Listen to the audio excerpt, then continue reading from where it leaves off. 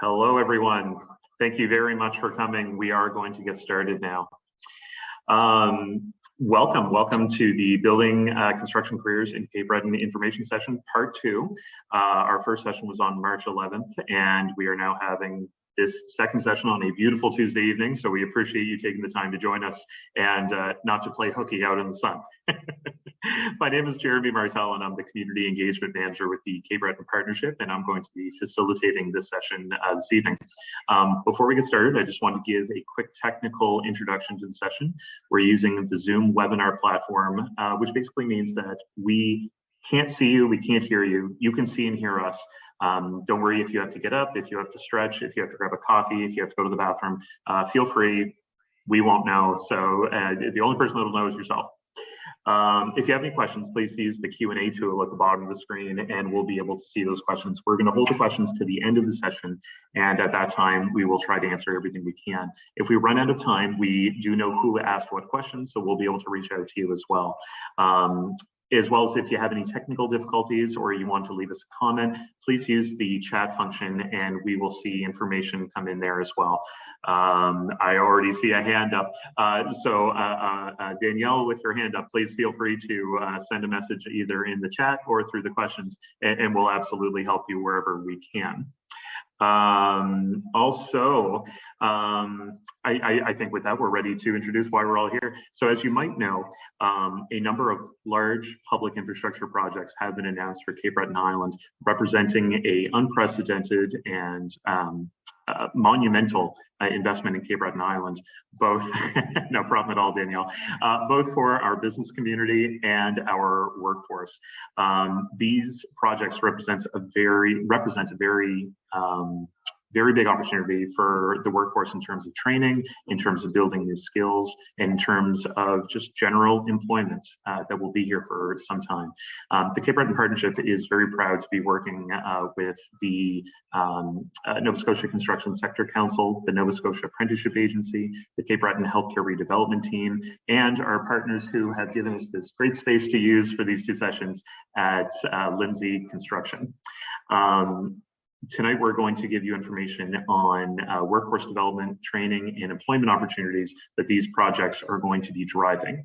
And each of our partners will be presenting a presentation that we will then have a question and answer period following that you can find out more on those presentations. So with that being said, first up, we have Trent Soholt, Executive Director of the Nova Scotia Construction Sector Council. And Trent, I am going to invite you up to the podium and allow you to share your screen. Excellent. Thank you, Jeremy. And good evening, everyone. I hope you are well during this strange time that we are all going through. I'm very excited to be joining you. I'm in Halifax tonight. I was on Cape Breton Island for the last 3 days, but had to get back to Halifax, but excited to join you virtually for this evening. I want to be able, through this presentation, I'm going to share with you sort of the forecast of what these projects look like in Cape Breton, why they are generational, the dollar amount that is going to go along with those, and then the expected labor supply that we're looking at to fulfill these projects and deliver them in a method that we know Cape Breton will benefit from. In Cape Breton, we're looking at 5 major infrastructure projects. So we're looking at the Cape Breton Regional Hospital, we're looking at the Glace Bay, New Waterford, North Sydney long-term care facilities, and then the Nova Scotia Community College relocation to downtown Sydney. So these are, when we refer to the major projects, these are the ones that we often draw attention to in the Cape Breton region.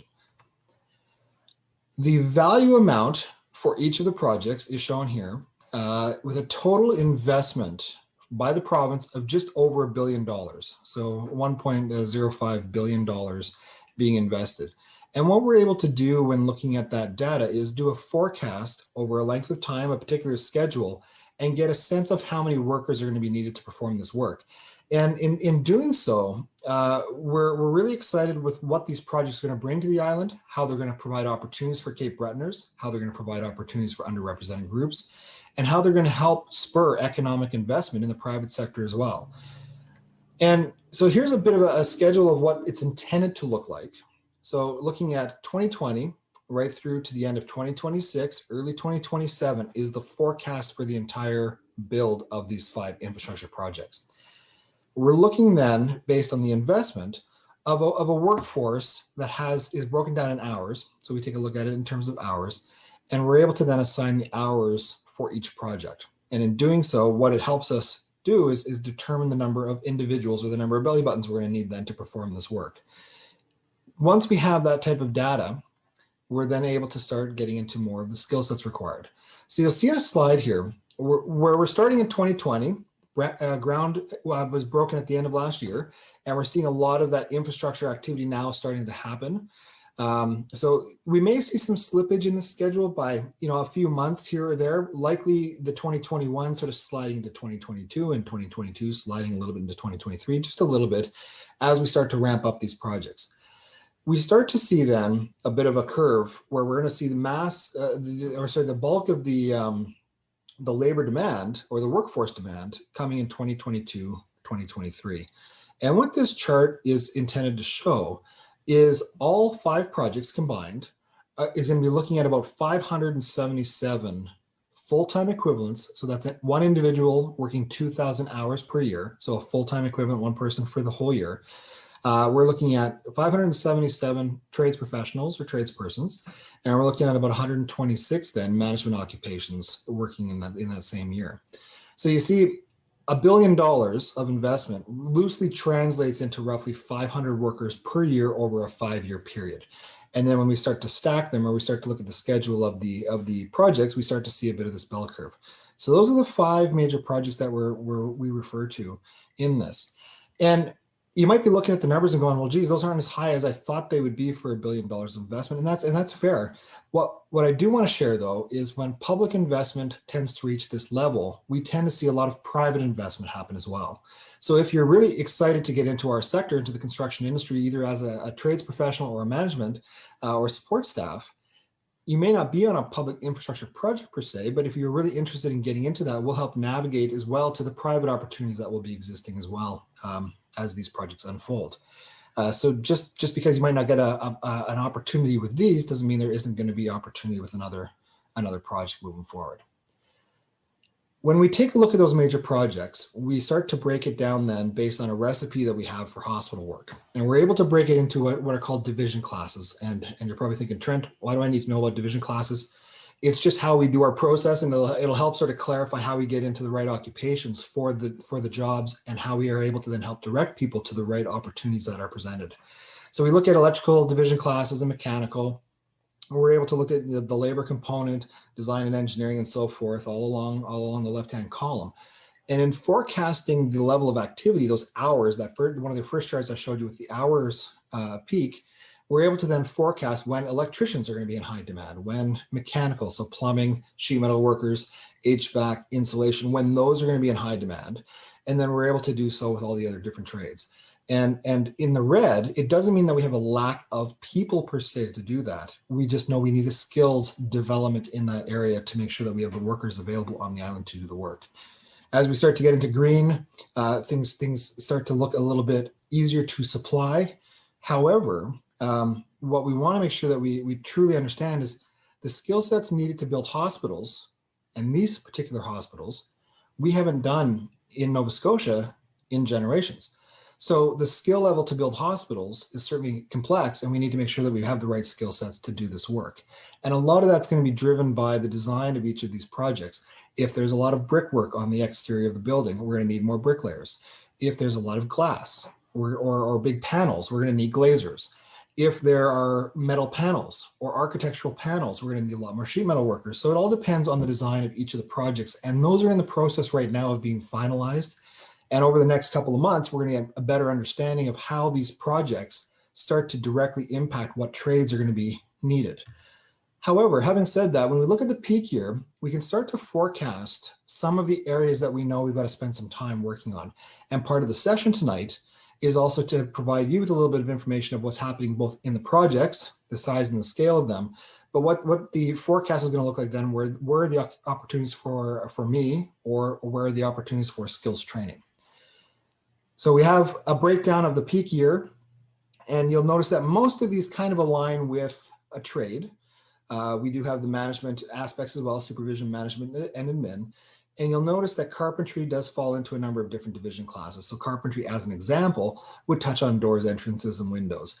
It would touch on things like woods and millwork and what have you. So as we get into forecasting this, which are the occupations, we were able to both assess the current labor supply in Cape Breton and talk to the contractors to understand where they see the demands for skills training.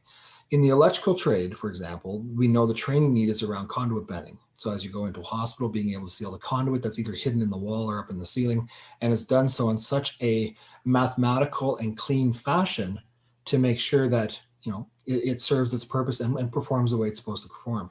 When we get into the mechanical trades, in pipe trades, for example, we know there's a skill need in medical gas. We know there's also a skill need in refrigeration. We have a number of people particularly in plumbing, but the skill sets need to align with the projects that are happening. So if individuals need training, that's where we're going to spend some time over the next little while, getting that training aligned with those opportunities. Sheet metal workers, for example, through ventilation are doing a lot of recruitment right now. So there's an opportunity with sheet metal as well as with roofing. So sheet metal workers and roofers, they're doing a lot of recruitment right now for both of those trades. We also have welding and particular types of welding that will go into these types of hospital and the NSCC project. Insulation, so installing the insulation and ensuring everything from pipes to walls to ceilings are insulated properly to be in an energy efficient building. And the NSCC has shared with us that they expect to achieve certain standards that meet that requirement. And then architectural siding is another area that we're focusing on right now, which will be an area that we're going to be recruiting for over the next number of months. In the carpentry space, we're looking for individuals and training to go along with the interior systems mechanic, so drywall hangers, installers, anybody who's got experience with steel studs, that would be wonderful to let us know, as well as in the formwork sector. On the labor side, we're looking at cement finishing as a skill set that we're going to be looking for as part of these projects and as they unfold, as well as scaffolding, painters and finishing trades. So the drywall finishers, once the drywall goes up, there's drywall finishing and then painting on top of that. There's floor coverings, or usually in a soft or a durable material, which is done by the finishing trades. There's also the glazing that would go along. So I mentioned earlier the glass walls that would be installed as part of these projects. And so that's the painters and finishing trades, and they're actively recruiting right now. So if that's something that's of interest for you as well, we have an office set up in Cape Breton now to help direct people to the opportunities that do exist. Bricklaying and tile, we're looking for individuals to enter this trade, and we're looking to provide training for this trade as well. So if you're interested in putting big Lego pieces together in the form of brick and really being able to use that art form to build those brick walls and what have you, there's certainly some opportunities there. And then in our management space, and this is what we call management and support staff, we know there's a need for skilled estimating, skilled project management. So if those are skill sets that you or somebody you know has, there's an opportunity to connect through us or connect to a contractor directly to share that you're available and interested. Similarly with project management. So being able to look, so project management, estimating, and supervision are some of the areas in the management space that we're looking at. And as part of these projects, and I'll get to this in just a second, one of the things that we really want to make sure that the whole industry is aware of is diversity and inclusivity training. And the reason behind that is the province of Nova Scotia has really taken a fantastic approach to these projects to change the way the makeup of our industry looks. And in doing so, they've added contractual language that is intended for a contractor to meet to as a minimum or exceed in developing the new workforce for tomorrow. So for example, this is the contract language that was implemented last June. It is language that the contractors have to adhere to as part of these projects. And as part of this, contractors submitting bids, so the contractors who are going to bid the work to do the hospitals and the community college work, they must be engaged in the apprenticeship program first and foremost. And then they must ensure that every subcontractor engaged in this work is also engaged with the apprenticeship agency of any contract value of 100,000 or more. And we're looking at different opportunities to make sure that as the contractors win the work, they're connected to the apprenticeship agency. And you're going to be hearing from Charlene in a little while about the apprenticeship program and how that all works within the scope of these projects. Upon the award, that contractor then must maintain a minimum of 25% of the hours worked to be performed by registered apprentices. So if you're entering the industry, we need you to register as an apprentice. And what that does is it gives that contractor the ability then to give meaningful work, to make sure that what you're learning are skill sets that will help build a career off of. And it's based on hours, not individuals. So it's not hiring 25% of the individuals to be new apprentices. It's hiring individuals and putting individuals to work who will work 25% of the designated hours on these projects. From that, a minimum of 10% must be from underrepresented groups. So when we talk about underrepresented groups in Nova Scotia, we refer to Indigenous people, we refer to the African Nova Scotians, persons with disabilities, women in non-traditional roles, and recent immigrants. So the contractors must also diversify their workforce in order to perform the work for these projects. And in doing so, must abide to that apprenticeship procurement policy, which is being engaged in these projects. As part of the payment process, the contractors have to confirm that all trade craft hours worked were performed by certified tradespeople or registered apprentices. So what these projects have done is they've said, we also want to make sure that individuals who are performing the work are getting the skills they need, completing their levels of apprenticeship towards journey person certification, and getting, again, that meaningful work and seeing an advancement throughout these projects. And these projects really do offer an opportunity for someone to begin their career and become a Red Seal certified journey person when these projects wrap up. And that's really what's exciting about these projects, is they provide this opportunity that we haven't had in this fashion before. And as part of that payment progress, again, the entire workforce, so everybody from the owner of the company to the individual on site, first brand spanking new day, we have to have 10% of that entire workforce being made up of our underrepresented groups in Cape Breton. And so there's some really exciting opportunities here. And what we're trying to do right now is we're trying to understand both the union membership and the diversity that is within that union membership. We're looking at community groups and how we can do recruitment through those community groups and get people engaged in these opportunities. We're also working with the Apprenticeship Agency to make sure that the supports are in place to help individuals entering our sector and progressing through the sector. We're working with contractors to ensure that they become welcoming workplaces. And that's something that we're spending a lot of time on right now, looking at opportunities for diversity and inclusivity training to make sure that these workplaces become welcoming. We're also requiring the contractors to report on a monthly basis of how that progress is working and how that registration and tracking of underrepresented groups and new entrants and apprentices and journey persons is working and being reported back to Nova Scotia Lands and through the Apprenticeship Agency. We're also trying to, do a lot of recruitment to make sure that we can meet the demand of these projects, knowing what we know where the division classes tell us where the opportunities will be, and then finding opportunities for training and really aligning with the upgrading of members or those who already work within the industry, but also providing training for new entrants getting into our sector. And what we've established as the Construction Sector Council is an office in Cape Breton, just on Charlotte Street there. And Rochelle Hatcher, who you'll be seeing in a few moments, she's our industry community engagement coordinator to be able to help make those connections. So if at any point in time you feel stuck or not sure who to call, or, I don't know who the contractors are, I don't know who the unions are, feel free to reach out to us. And I know as part of this evening, you'll be seeing Rochelle's email and phone number to be able to reach out to Rochelle and help bridge those connections. And that's really what we're excited to do, is to start building those connections, changing the face of our industry to better represent the communities it's there to serve, and to really make sure that we are able to, as Cape Bretoners, as Nova Scotians, to benefit from these infrastructure projects. And so with that, I wish you all a great evening. Thank you so much for the time to spend with you this evening, and please stay well. Thank you.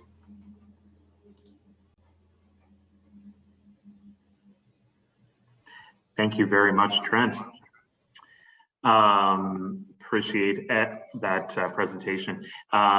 Just a reminder for everyone, if you have any questions at all, please continue to add those into the Q&A tool. Give us one moment and we are going to set up our next presenter, Charlene Blackie with the Nova Scotia Apprenticeship Agency. Hi everyone, I'm Charlene and I work for the Nova Scotia Apprenticeship Agency. And I'm here to share some information about how to register as an apprentice, how to challenge an exam, and what our agency can do to help you in the process.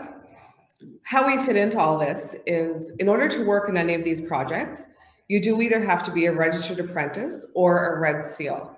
So if you're not already registered, you're going to have to do so. So I'm going to share some information on how to do that. So who is the Nova Scotia Apprenticeship Agency? So we partner with industry, community organizations, and equity groups to promote apprenticeship opportunities and to ensure that trade-specific training is responsive to the needs of industry and the Nova Scotia job market. So this slide shares some of the construction trades. You're going to recognize a lot of them. I just wanted to point out those in yellow means that they're a compulsory trade. So if you're working in any of those trades, you do have to be registered as an apprentice or you have to be certified. So like I said, on any of these projects, you are going to have to be registered anyway, but even outside of these projects, if the trade you're interested in is highlighted in yellow, you do have to be registered as well. So what are some pathways to apprenticeship? So direct entry, which means that you simply get hired by an employer who wishes to employ you in a trade. So there's no previous training. As long as you're working, you can register as an apprentice. The other route is the college or a pre-employment program. So that means you would have likely have gone to NSCC or another training institution and completed a 1 or 2 year program. And what happens is we give you some credit towards that, towards your apprenticeship once you complete that program. And I'll go through some of that shortly. So this is the apprenticeship pathway. So as you can see, how it works is it's a combination of hours and training. So as you complete level 1, you're going to have 1,800 hours and you're going to go to school for a number of weeks, usually around 7 to 8 weeks. Then you're going to complete another 1,800 hours. You'll go to level training again for level 2, another 1,800, you'll go to level 3, an additional 1,800, you go to level 4, then you write your certification exam. So if you completed a training program, I'll just use carpentry, for example. So if you completed a 2-year carpentry program, you're going to receive credit for level 1 and level 2 block training. So that means you won't have to go to school again until you get 5,400 hours and you're ready to go to level 3. So that's some of the advantages of attending a training institution before you register as an apprentice and become employed in the trade, because it does speed up your apprenticeship process. So how do you become an apprentice? First, you need to find employment. You discuss the opportunity with the employer, and then you can register using the link that's noted in the presentation. So after you register, it's a pretty easy process. The application is sent to a training consultant in the area that you're going to work. So I'm here in Cape Breton, so if that's where you're going to work, it's likely going to be sent to me. I'll meet with you and your employer. We'll talk about apprenticeship, we'll talk about training, and any other questions you might have. Then you'll get a logbook and an ID card in the mail, probably in 4 to 6 weeks. And then you're ready to start your apprenticeship. Also on this slide, there's a link to all the training consultants' contact information. So we're located all throughout the province. So depending on where you want to work, you can find the information for the training consultant in your area. I just want to touch a little bit on apprentice mobility. So if you are registered in Nova Scotia as an apprentice, you can work in any province throughout Canada. So that apprenticeship will transfer with you wherever you decide to go. So if you're registered in Nova Scotia and you start working here, and then you have an opportunity in Ontario, for example, you can simply transfer your apprenticeship and those hours and training that you took will go with you. There's no charge to transfer an apprenticeship. It's a simple form. So it allows you to work anywhere in Canada and keep your hours and training intact. If you are registered in another province already, so for example, you're an electrician in Alberta, so you can transfer your apprenticeship to Nova Scotia if you're planning on coming back home. So any hours and training that you worked in another province may be counted towards your apprenticeship in Nova Scotia. And all we'll need is some proof from you on what you have obtained so far. So any hours worked or any training that you've done. And normally that will be in your apprenticeship book from the province that you're registered in. And I also wanted to mention that if you're a Red Seal Journey person, no matter what province you were certified in, you can work anywhere in Canada. So if you obtained your Red Seal in Ontario, for example, and you're coming back to Nova Scotia, there's no need to write an exam or register as an apprentice. As long as you have that Red Seal card, you're good to go. I also want to touch on trade qualifiers. So if you're someone who's been working in the trade for several years and has the necessary skills and hours to challenge the Red Seal exam, you can do so without attending training or completing an apprenticeship. So there's a number of different hours required depending on the trade, and I include the link here at the bottom of the screen. But generally speaking, it's normally 10,800 hours you would have had to work in a trade, and you need to be able to provide 2 references who can attest to your skills. And then there's an application that needs to be completed.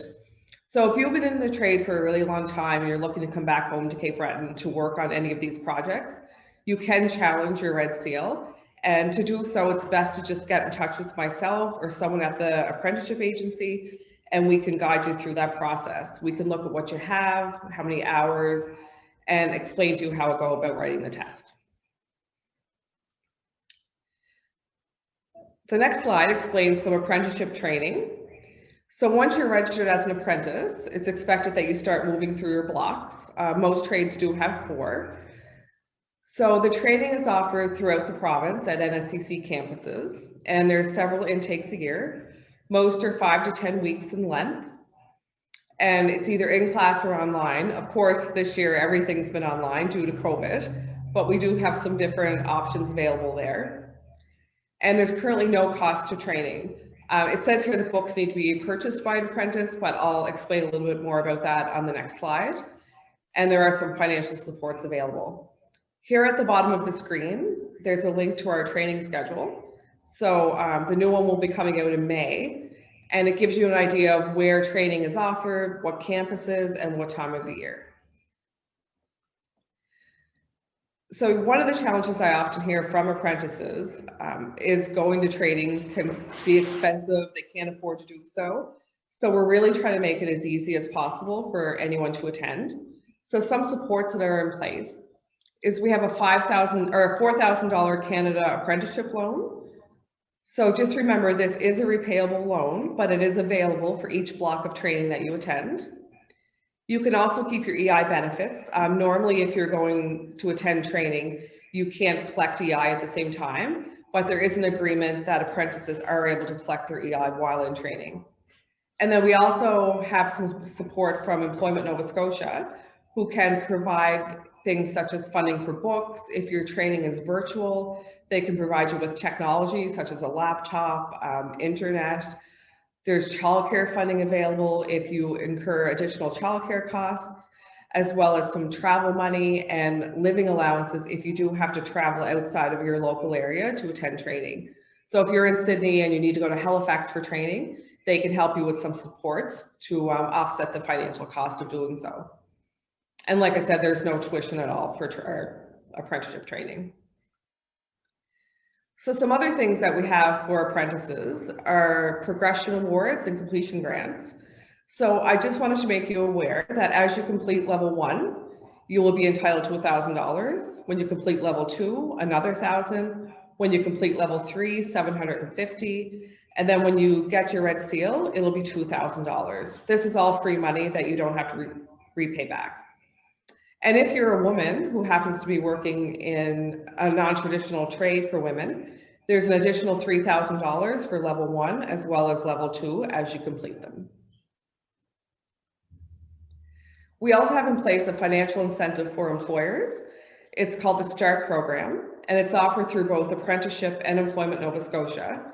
So what these programs are, they're for employers who are hiring newly registered apprentices, and it can provide up to $30,000 to hire the apprentice and move them through their journey to a Red Seal.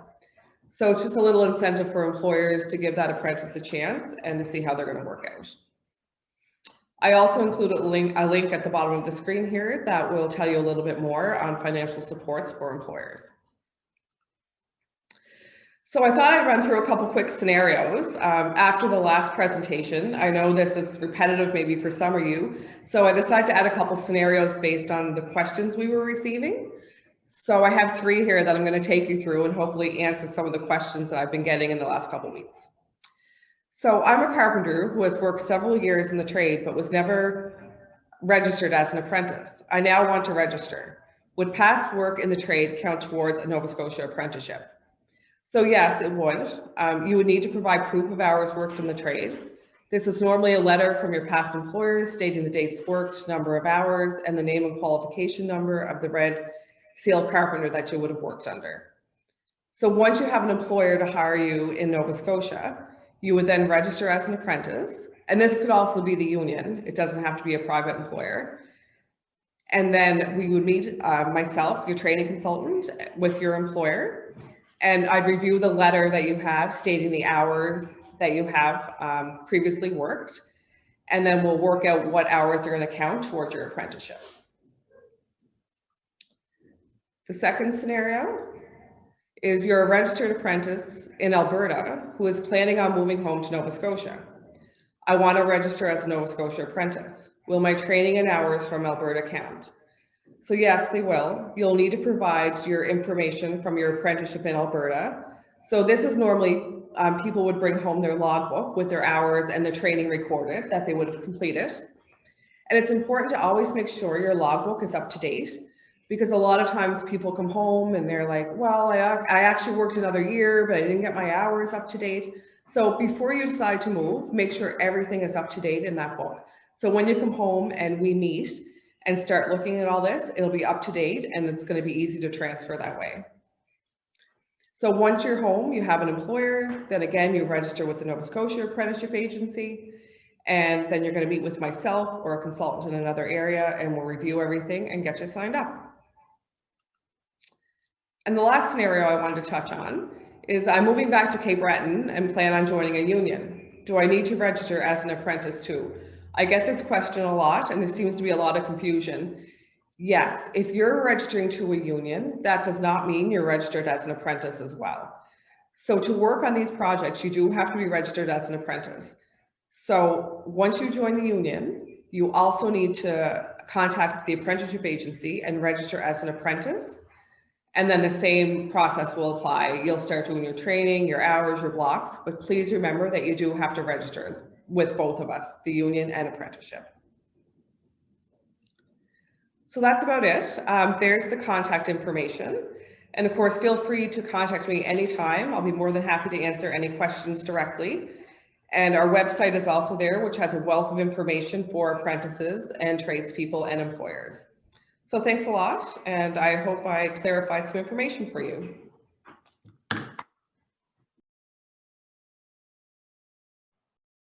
Hi, everyone. Thanks to everyone who has been logging on with us tonight and asking questions.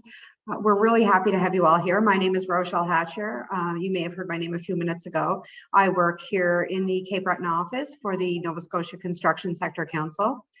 And I'm definitely here to answer any questions after the event throughout the week. So please feel free to email me. I'll be sharing all my contact information. So for now, we're going to take a 5-minute break. You can leave your computers on. We can't see you, remember, and we can't hear you. You're all muted. Any questions you have, please put them in the question chat. And you'll hear us talking. We'll welcome you back in just 5 minutes. So please enjoy your break, and we'll talk to you all in a few moments. Hello, everyone. We are ready to get back started again. I am going to invite Annette up to the podium. So Annette, you should be able to speak.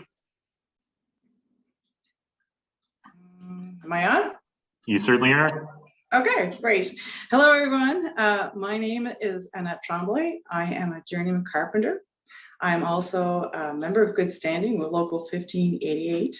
And I am the chair for the Sisters in the Brotherhood for this local as well.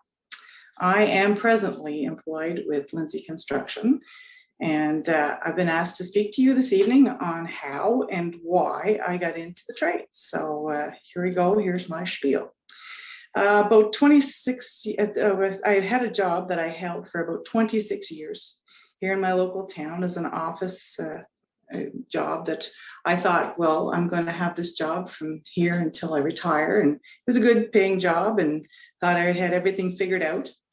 Come to find out that the company went bankrupt and I had to go back to figure out what was my next step. I wasn't sure. I thought it would be okay. I would have, my years of experience in the job, and I could go and find a job anywhere easily. Came to find out that they wanted a current diploma, and told me that I need to go back to school and to get a current and valid diploma. So I thought, if I have to go back to school, I really don't want to go back to doing something I've just done for 26 years. So I started to get on the internet, and I started to do some research and figuring out, well, not quite sure which direction I'm going to go. I'm a little bit lost, and I had a cup of tea one night, and I sat down in front of the TV, and I saw a commercial, and it said that they were looking for tradespeople, that there would be a huge demand for tradespeople in the next few years, and to enroll today. All right, I said, great. I will contact my local NSCC and see what's up there. I did that the next morning. I spoke to an individual who informed me that I could take a test drive, that I could actually walk into the classrooms of whatever potential trades that I was interested in, get to speak to the instructor and the students that were already enrolled in the classes to help me make my decision. I picked 3 different types of trades. I went in, and over the next week or so, I was invited to come into each of these classrooms. One of them I thought was going to be the thing I was going to do, and I picked another one, and carpentry actually was my third and final thought. I thought, well, I'll try this and see how that goes. I ended up, the first choice that I had a 3-year waiting list. Well, I didn't have time for 3 years, so the second option was definitely not something I wanted to do. So the third, which I really enjoyed, I loved the carpentry class when I went in there. I loved the whole aspect of it. So I said, great, this is for me. I got online the next day, and I enrolled to NSCC. I got accepted, and thought, great, here we go. Hurdle number 2, I'm a single mom. And now since the days when I went to school, when it was vocational school, everything was paid for. Well, that's not the case anymore. So there was a lot of tuition and books and tools that all had to be thought about. So in order to re-enter the workforce and to retrain, I needed to find some funding. So I went to, found out an agency, and I think it's called Nova Scotia Works is what it's called today. Got in touch with a representative, and they gave me some great information. I had to do a little homework and actually, validate that there was a demand for the trade that I was taking, and fill in an application and do all the homework I needed to do in order to get myself back into school and to start my retraining. I put in the application, I was accepted. I also was directed to go and find out some more funding that was available through Employment Nova Scotia. They were great. They also had some funding available, did some applications again, and Service Canada, throughout my whole time that I went to school for the 2 years, my EI was valid, and I was able to continue to receive my EI benefit. Bonus, everything fell into place. Off I go to school, and I attended a 2-year course, and I graduated in 2014 with my diploma. And then as was stated by Charlene just a few minutes ago, I registered through Nova Scotia Apprenticeship, and got my book and my off to find an employer and to start working and to mentor with my Red Seal carpenter, get everything from my outcomes and my hours signed in. At this point, when I achieved enough hours to go to do my 3rd-year block, well, the option having 2 teenagers at home was, no, we're not going to go away, leave the house open for 5 weeks. So I did do my course online. It was a little bit challenging, and thanks to my prior instructor at NSCC and a little bit of hard work, was able to achieve my 3rd-year block online. My 4th-year block, I did receive some funding again through Employment Nova Scotia. And of course, I took advantage of some of the grants that were available through Apprenticeship Nova Scotia, and was able to attend my 4th block in Yarmouth. And I wrote for my Red Seal, and I missed it by 10 points. It is on my bucket list to go back and to try this again. It is something I absolutely want to achieve. This is a great job. I love it. It's full of challenges. I guess the biggest challenge I had to do is I had to go back to the gym. I was 60 pounds heavier at one point in time, and there's nothing wrong with being, in better shape and feeling healthier and doing well, because physically, the job is physical. You need to make sure that you don't get hurt on the job, and even more important, that you don't hurt somebody else on the job. So for sure, going back to the gym, being in better shape and taking better care of myself, there's no down point to that. Everything is a bonus. I love what I do as far as being involved with the local 1588, and being the chair for the Sisters in the Brotherhood has given me the opportunity as well to walk into some of our local high schools and to go into our NSCCs and talk to the young people, and to let them see a woman in the trades, and to share my story again, just like I'm sharing my story here this evening with you guys. A lot of times especially when we walk into the high schools atmosphere, they're more prompted or encouraged, I guess it is, to attend universities. And sometimes the trades are kind of left behind or side shelved. And it's nice to see that kind of look of surprise when they think, oh yeah, I've never thought of even going to trade school or whatever. And even nicer when I kind of show them kind of the money that I make. I do very well working in the trades. And that's something I think that is a misinformation too, that for young people, that perhaps the trades is not a job that pays well, but it does. It pays very well, and it comes with some perks like benefits and pensions and all those good things. So it's nice to get out into the schools, and this job has also allowed me to do that, to share my experiences in the trade and my career choice, and hopefully persuade and can assist some young person in helping choose the trades as a possibility for their career. I take great pride in the projects that I've worked in over the years. Even my kids, when I'm in the car, they'll say as I drive by, and they say, "Oh, my mom worked on this," and it's great to have that kind of a sense of pride. I have two daughters, and they both work in non-traditional roles as well. So I guess I've been a bit of a mentor to them to head into non-traditional roles. Being a woman working in a non-traditional atmosphere in the carpentry trade, there are challenges, but there are challenges in each career, the choice that you're going to take. And the way that I've met this challenge is to put my head down, do a good job, and to show them how a great carpenter I am. And time again, it has proven to be a positive way in order to make a positive change in a career that I have taken great pride in. I just want to thank you very much for your time, and I just want to hope that my story has helped you make a decision.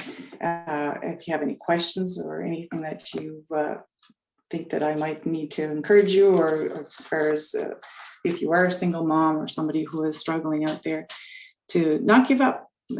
There are programs and places and family, and if you persevere, you will succeed. I guarantee it. I thank you so much for your time, and I bid you a good night. Thank you so much. Annette, that was fantastic. We just so you know, there are a few comments coming in, and I will quote Daphne on this one. You rock, Annette, fabulous, followed by several exclamation points. So thank you very much. Thank you. All right, so next up we have Angela Langell of Lindsay Construction. And Angela, I'm inviting you up to the screen. And Angela, I believe you also have a presentation, so I'm going to shut down our slides from the side. There you go.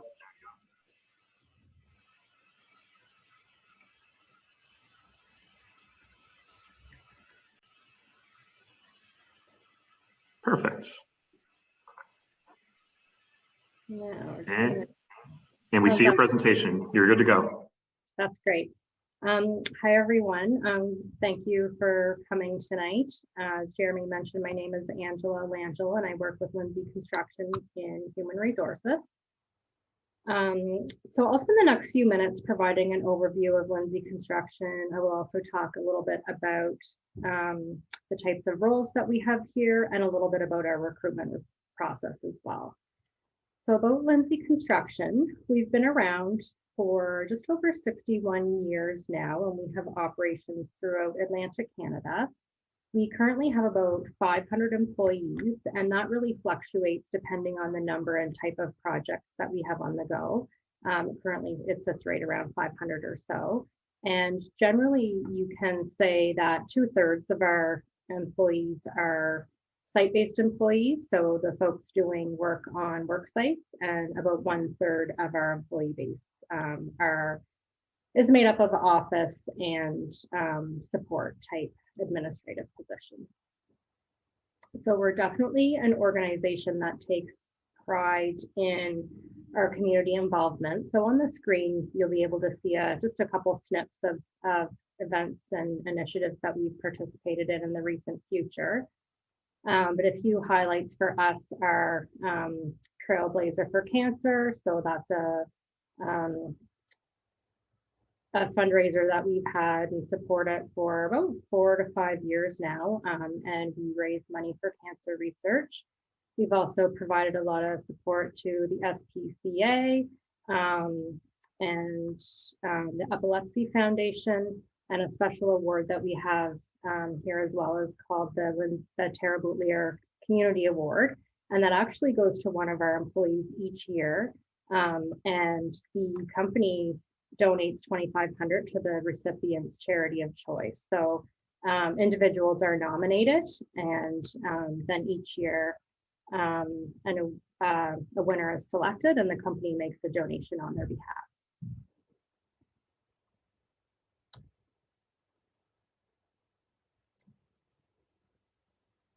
And next, we see a few snippets of what our Cape Breton office team ended up purchasing when they adopted a family this year. I guess there was, Cape Breton had a first annual Adopt a Family for the Christmas holidays in 2020. And so the Cape Breton team supported a family with 4 children. And the money that they raised, which was over $700, went towards gifts, food, and other donations for the family.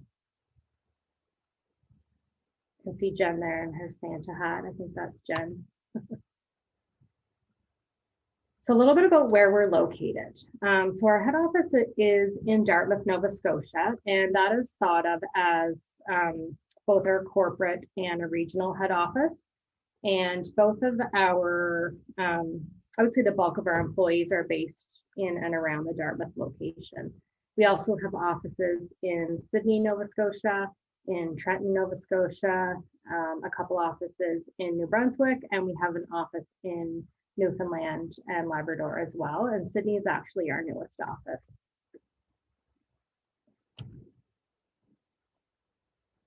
So a quick summary of general building types that we build. So since the 70s, we've been self-performing tilt-up concrete. This is actually an award-winning building type for us, and we've won many awards over multiple years for our work in this area. So we're definitely a leader, and we're really proud of that work. We also self-perform pre-engineered metal buildings. So overall, at Lindsay, we self-perform this work. We don't perform this work on Cape Breton Island because of the union agreement currently in place, but it's definitely an area where we do a lot of work as well. Another self-performed area is wood framing. So we're a leader in the design, engineering, and construction of wood frame buildings. And the wood frame aspect can comprise the majority of a building, or it can be just part of a building. So 2 examples of this type of work are, we're currently building an apartment building with using this method, and we recently completed a hotel with this method as well. And we also have a range of additional specialties, including but not limited to formwork, roofing, and cladding. So this is just a few examples of the type of work that we do, so you get an idea. So any conversation about Lindsay Construction wouldn't be complete if we didn't talk about safety and quality.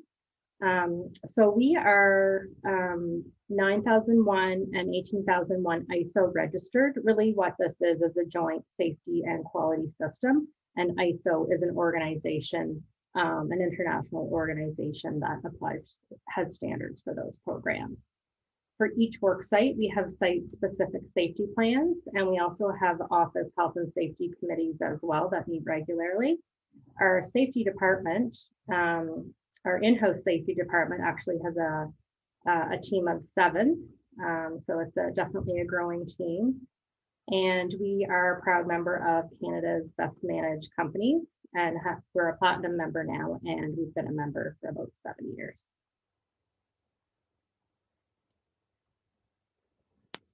So a view to some of the current projects that we have on the go in Cape Breton.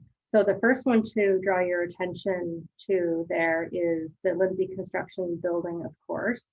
And we moved into that building in April 2020. We renovated it first. It was down to, I believe, steel and a slab. So we did a lot of great work there, and that shows a really good example of the type of work that we like to do. Some current projects would be the Victoria Fisheries in Neils Harbor. So this involves construction of an ice house and a fish warehouse expansion. We have also are doing work on the Trout Brook campground with Parks Canada. So this involves installation of a walking bridge and kiosk building. We also are currently working on the Inverness Co-op expansion. This involves addition of warehouse space to the existing store. And we're building Cabot House residences in Inverness. So this involves building multiple high-end homes adjacent to the Cabot Cliffs golf course. We also have work going on at NSCC Strait campus. So we talked about NSCC a fair amount already. So in Port Hawkesbury, we're making state-of-the-art upgrades to the campus's kitchen. In Eskazoni, we are currently working on the Eskazoni market expansion, and that involves adding 3 bays to the existing market building.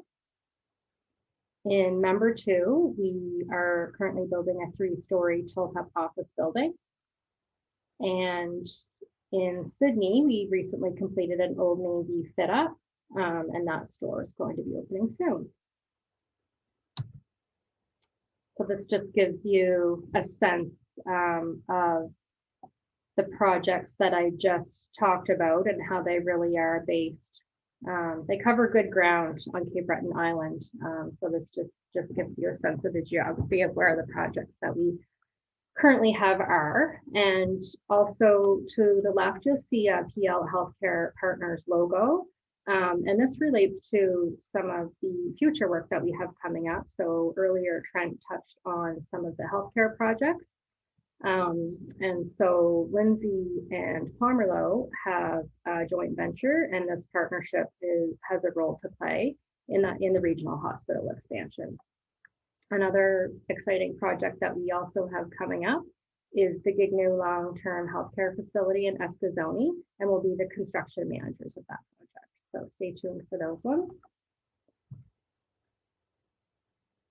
And a few pictures here of some current and recent projects.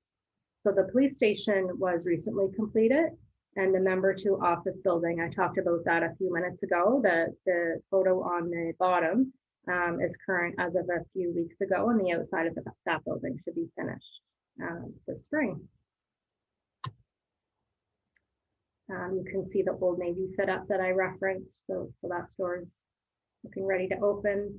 And then within the last couple of years, there's 2 pictures of an Irving renovation that we completed.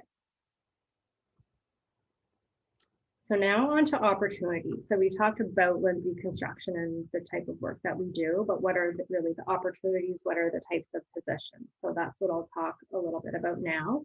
So I mentioned our safety team of 7. Safety and quality is a joint department here at Lindsay Construction. So there's opportunities within that group. We do have typically have safety officers based in each of our region, and then a safety team here at our head office as well. Obviously, we have on-site operations, carpenters, laborers. We talked about those roles already tonight, but we also have supervision of those roles. So supervisors, superintendents are roles that we have as well. In terms of project management, these are also roles that would be regionally based. We have roles in document control and project administration. We have project coordinators and engineers, and also project managers and construction managers. In terms of pre-construction, we have estimators, design engineers, architectural technologists, and proposal specialists. So it takes all kinds of people to get work done before a project actually starts. And then we have a lot of folks in support functions, primarily based at our office here in Dartmouth as well, in finance and accounting, business development and marketing, HR, and IT. So those are really some of the roles and opportunities that you would generally see at Lindsay Construction. I would say we recruit the most for superintendents, project coordinators or engineers, project managers. We do also have generally co-op terms and internships each year. Typically we would post those in the February or March timeframe for the summer months. And we do hire a fair amount of carpenters and laborers as well, and we hire those roles through the agreements with our union. So what does the recruitment and hiring process look like?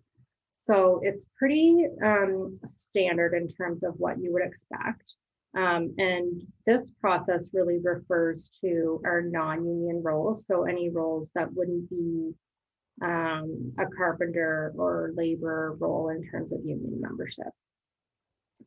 So we generally would have a job advertisement, and at Lindsay, we post those on the career site of our, the career page of our website, which is lindsayconstruction.ca. We also post our open roles to Career Beacon and sometimes to LinkedIn as well, but you'll usually see them on Career Beacon. We also send our opportunities to various community groups. Actually, if there's a community group on the webinar tonight and you would like to become a member of the mailing list, feel free to reach out, but we do send opportunities to various community groups as well. The application process generally involves folks submitting their applications to jobs at lindsayconstruction.ca. And then once we have applications in, we have an HR representative who reviews those applications and kind of goes through and selects those that best match the requirements of the role. And then they will conduct typically a number of phone interviews with that list of candidates.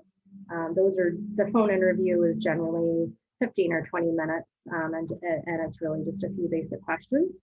And then from that stage, we would go on to in-person interviews or virtual interviews now, as some are, but interviews, and there may be one or two additional interviews. And with the hiring manager, potentially another individual and HR as well. And then we would go on to reference checks for the top one or two candidates. And then the final stage in that process would be sending out an employment offer. Mixed into that process, depending on the role, there could also be a job knowledge test or work sample. So we've done those in the past. We've asked people for writing samples. We've asked for just a sample of work that's completed, or on the spot, we've given someone an assignment to complete, and I've asked them to do that as part of the interview process as well.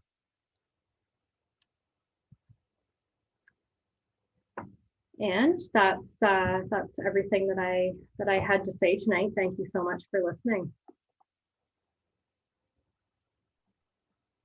Thank you very much, Angela. I appreciate that. And just so everyone's aware as well, we're continuing to put links in the chat as we go. Please keep leaving questions and we'll make sure that those get added as well. Before we get to the Q&A, which we're going to start up right away, I do want to put a quick poll up on everyone's screen. If you could please take a moment to participate in this poll, that'd be great. It's going to allow us an opportunity to improve these sessions as we go. And so we definitely appreciate if you participated in that and let us know how the session went. And if, thank you, Daphne, for encouraging our participants. Please let us know how the session went, if you found it helpful, if there's anything else that you were hoping to hear, and so on. That'd be very, very useful to us. If you give us one moment, we are going to get started with the Q&A. We're just going to set up cameras on our side. So we'll be back with you in just one moment. Thank you very much.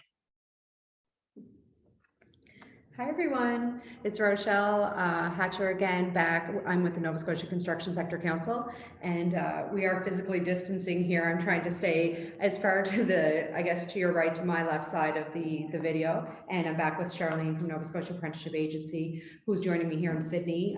As you can see, I know Jeremy mentioned it, but again, special thanks to our friends with Lindsay Construction. In my role, I work with all contractors in the construction industry, and our unions, service providers and trainers, and the government, different levels of government. But we're very proud to be here tonight in the Lindsay boardroom. They've been very helpful throughout the preparation of these presentations. So I just want to, before we start, I'm going to ask a few questions to our presenters. I'll ask them to, just a reminder, Jeremy or them can turn on their microphone when I ask the question. Charlene, of course, is with me in person. One of the things I just want to mention, I want to thank especially, I know some of our registrants that are on here tonight have been giving some great comments and great feedback, and especially to Annette, you did an excellent job. Thank you so much. Angela, you did an excellent job. Charlene as well, and Trent, of course. But I want to thank everyone for the very positive comments to Annette.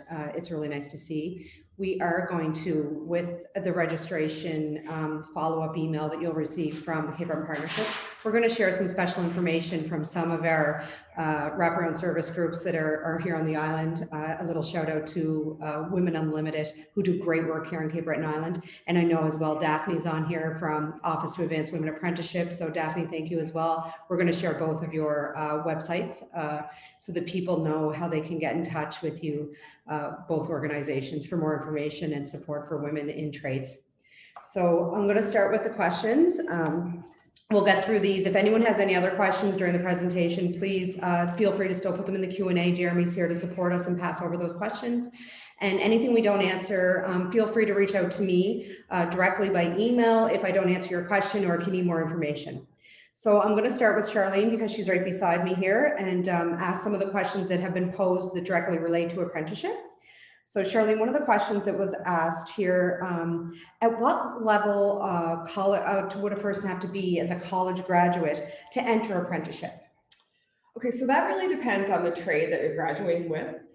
Generally speaking, if it's a one-year college program, you would get credit for 900 hours as well as level 1 training. If it's a 2-year program, you would get credit for 1,800 hours as well as level 1 and 2 training towards your apprenticeship. So it really depends on the trade that you're in and how long your college program was. But if you have any questions, please feel free to contact me and I can answer them for you. Great, thanks Charlene. And this question also came in, and it's very much related to apprenticeship. So I was a registered apprentice. I worked in my field, but I haven't done that in many years. Am I still a registered apprentice? How would you answer that, Charlene? So again, it's not just a quick, easy answer. You would have to contact apprenticeship. It would depend on how many years ago it was. When you did register, you should have been given an apprenticeship card with an expiry date on it. If that date has long since passed, chances are your apprenticeship isn't active anymore. But the easiest way would be to contact the agency. The contact information is in the slides. And we can look up your file. We can determine if it's been canceled, if you're still active, if you're inactive, and what credits you might have obtained while you were active, such as the hours and what training you've done. So again, it's really individualized. So just contact us and we can check it out for you. Great, thanks, Charlene. So now I'm going to ask Annette to please, her or Jeremy to please turn on her microphone. And I actually have a few questions for Annette. And then I'm going to ask after that, I'll ask Angela a few questions. And there's quite a few questions currently here for job opportunities and, asking about unions, all of that. So Trent is not on the call right now, so I'll continue to answer some of those.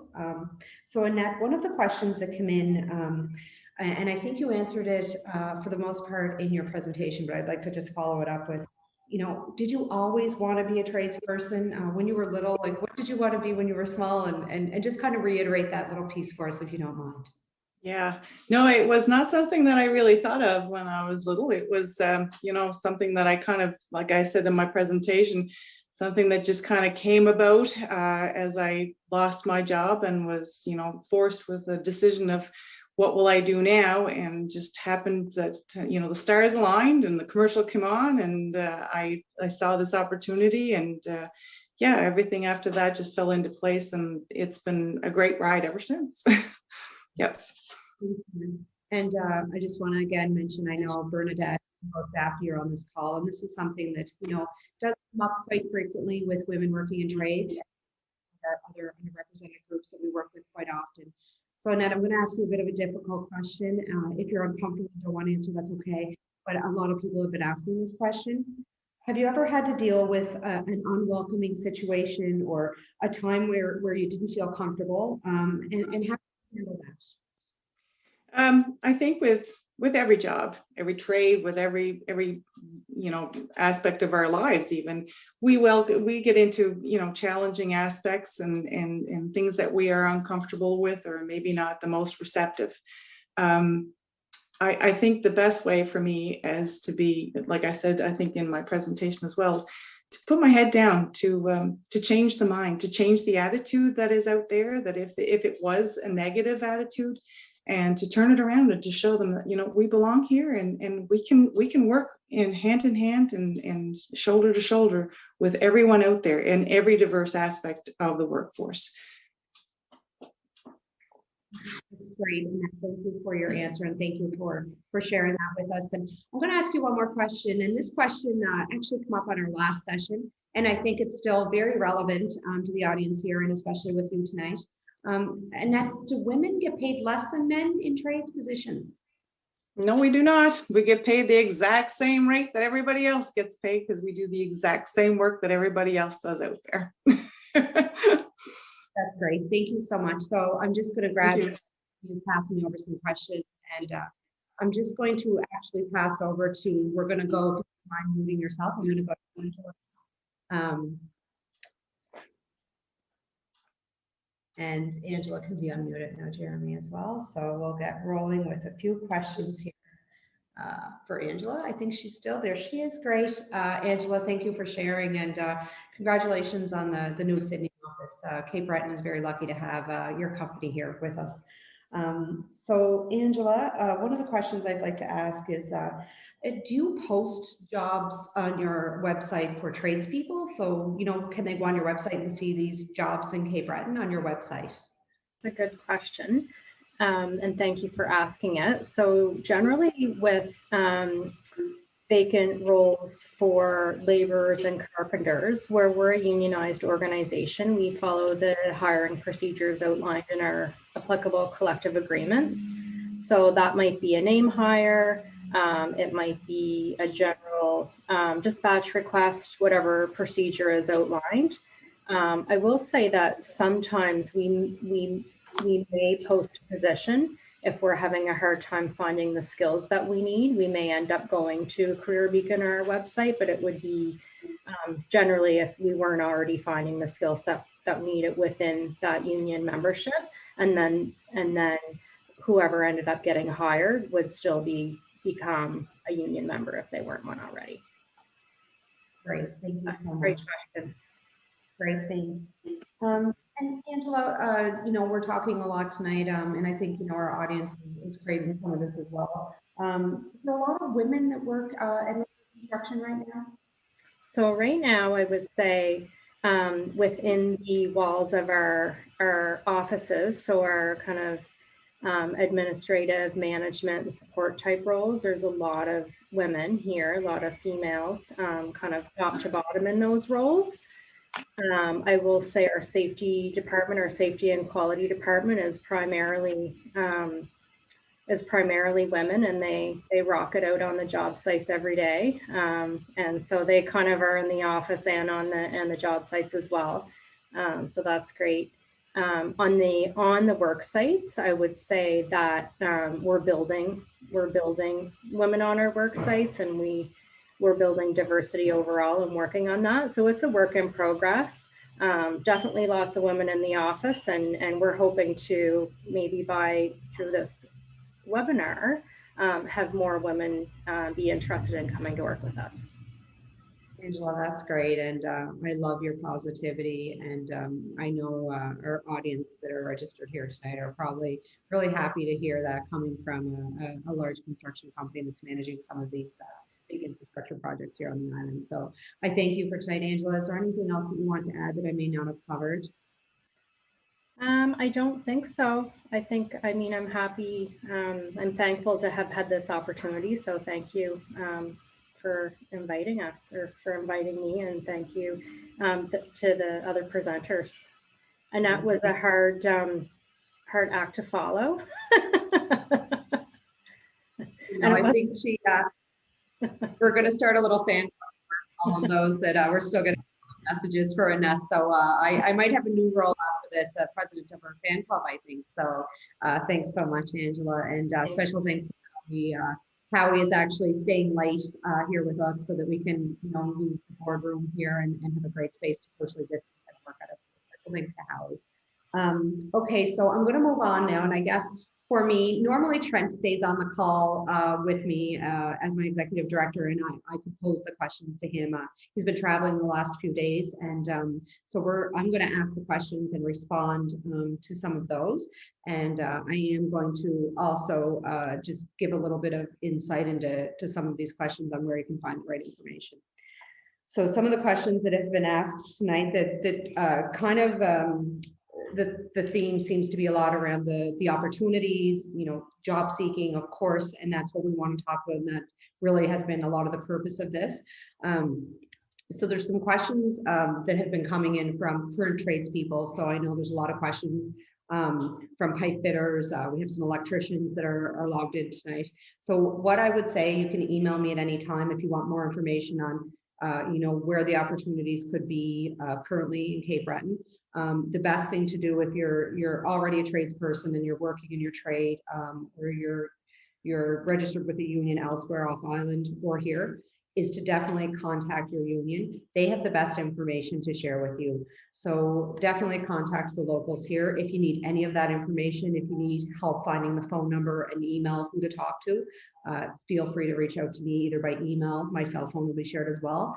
And I'm always available to hopefully answer those questions and lead you in the right direction. And like Trent shared, there is lots of trades that are going to have more opportunity at different times than others. So that's something that we're watching. We're doing our research and making sure we're connecting it with our unions to share the right information. So I think there was a question on here, and I just want to follow up with it. It was pretty important. It was around instrumentation and what union that particular person should talk to. So I just want to share that that's definitely our local UA. It's local 682. If you need the contact information, I'm happy to share that as well. And I'm just passing through some of these questions. Let me see, more pipe fitters on here. So definitely 682 is where you're going to find the right answers for that.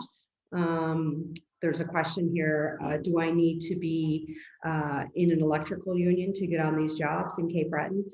If you're an electrician, I would definitely encourage you to contact your local union. The large infrastructure projects, including the hospital projects, and that will all be, for the most part, Cape Breton unionized work. So the best thing to do is connect in with me or connect in with your union. There was a question on here that I thought was really good as well, and I'm just starting to roll through that. Are any companies seeking entry-level human resource training, human resource management trainees? That was a question that came up, and I know Angela spoke to a little bit of this. So with all of these large infrastructure projects, of course, there's going to be opportunities in other roles within these contracting companies. And I'm sure, along with that in the private sector. So the best place to find any positions or job opportunities that are not trades related, so not particularly tradespeople, so management, supervision, things like that. You can find them either directly on a contractor's website where they share it. I know Lindsay posts on their website. Or you can also go to the Cape Breton Partnership, has a job board, and they do post positions for local companies there. So that would be the best way to find opportunities. Just reading through some of the questions here, making sure that I covered most of it. So somebody asked a question about laborers. I'm a laborer. What type of information is important for me to know? And again, I go back to, if you're a laborer and you're working within the union, to contact your local union and, you know, ask those questions. How many people are on the list before me to work? You know, how busy do you think it'll be? You know, but I think that also the question around the laborers part was, what information do I need to know? We do know by doing our research and talking with the construction managers on these projects, there's going to be a lot of concrete finishing. So if you're a laborer or if you've done work and you're a concrete finisher, when you're talking to your union, flag that with them. Make sure that they understand what your particular skills are. With the local laborers union here, you can speak with Matt McVicker. He's excellent. You can also speak with anyone else there at the hall when you call. Just checking through, Jeremy is passing me over some questions. There's some questions here about interest in getting my ticket. I have no experience. Is there anyone out there that can help me? So if you have questions and I didn't answer it, or if you're wondering about, you know, apprenticeship or unions, contractors, contact our office and I will share with you the right person that you should talk to. I don't have all of the answers for sure, but I can put you in contact with the right people. So I hope that that answered that.